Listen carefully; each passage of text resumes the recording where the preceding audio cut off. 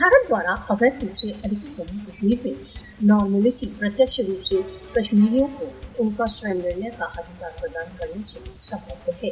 कश्मीरियों की चुनौतियां इंफ्रास्ट्रक्चर तथा विकास से संबद्ध नहीं, केंद्रीय तत्व जनता की आकांक्षाओं की पूर्ति है। मोदी शासन अपनी प्रोपेगेंडा मशीनरी द्वारा कश्मीर के विषय में यथार्थता को नहीं छिपा सकता। भारतीय अधिकारी भारत द्वारा अवैध रूप से अधिकृत जम्मू कश्मीर में तथाकथित शांति तथा विकास की झूठी रिपोर्टें प्रकाशित कर रहे हैं। मोदी शासन झूठे प्रकार के प्रोपेगेंडा के कश्मीर में तथाकथित विकास का नवीन युग आरंभ हो गया है द्वारा विश्व को मिसलीड कर रहा है। आर्टिकल 370 के बहिष्कार के पश्चात भारत विश्व को यह प्रदर्शित करने का प्रयत्न कर रहा है कि तथाकथित विकास का नवीन युग कश्मीर में आरंभ हो गया है। भारत द्वारा अवैध रूप से अधिकृत जम्मू कश्मीर को भारत द्वारा भय तथा आतंक का वातावरण व्याप्त करने के लिए एक गैरिसन में परिवर्तित कर दिया गया है।